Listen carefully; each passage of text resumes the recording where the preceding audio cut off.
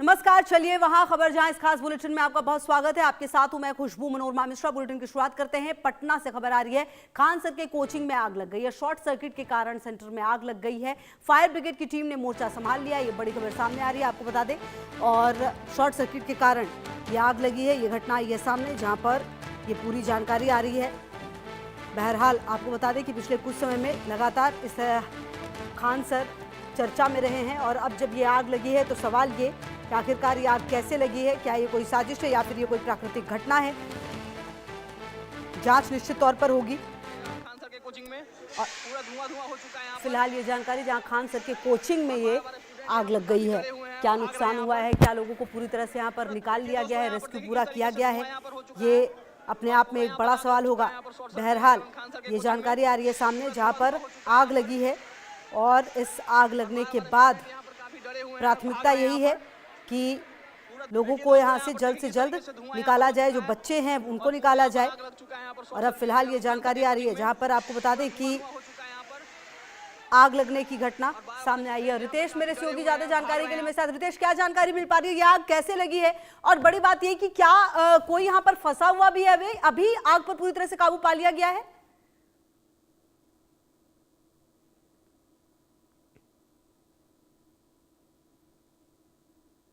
रितेश, आपको मेरी आवाज मिल रही है?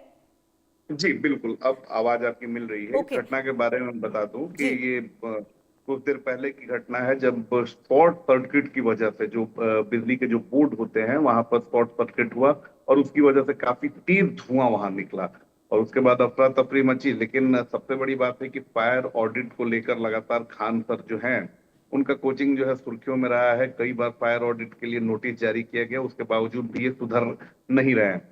लेकिन लोग अलर्ट हैं। जो घटनाएं देश में हो रही हैं, दिल्ली में जिस तरह से होटल में आग लगी, कई लोगों की मौत हुई। अभी कोचिंग सेंटर में जो लखनऊ में आग लगी, कई लोगों बच्चों की मौत हो गई। तो बच्चे भी अलर्ट पर हैं। तो जैसे ही ये वहां पर शॉर्ट सर्किट की वजह से धुआं उठा, सभी लोग को इवैक्यूएट किया गया, सभी लोग बाहर आ गए।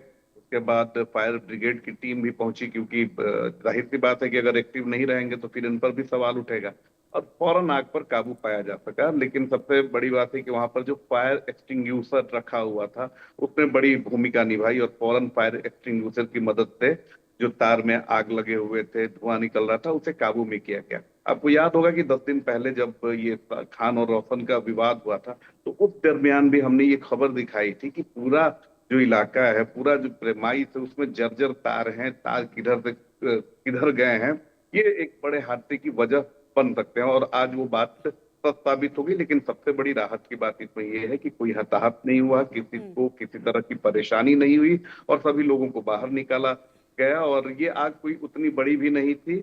एहतियातन सारी जो प्रोटोकॉल्स हैं उनका पालन किया गया है। सभी कर्मचारियों, बच्चों को फौरन बाहर किया गया, और कोचिंग में ताला लगा दिया गया है। वहां की बिजली काट दी गई है। अब इसके बाद देखने वाली बात होती है कि इसके बाद भी खान जो है वो चेतते हैं कि नहीं, क्योंकि बार बार नोटिस जारी होता है, उसमें वो फेल साबित होते हैं ना।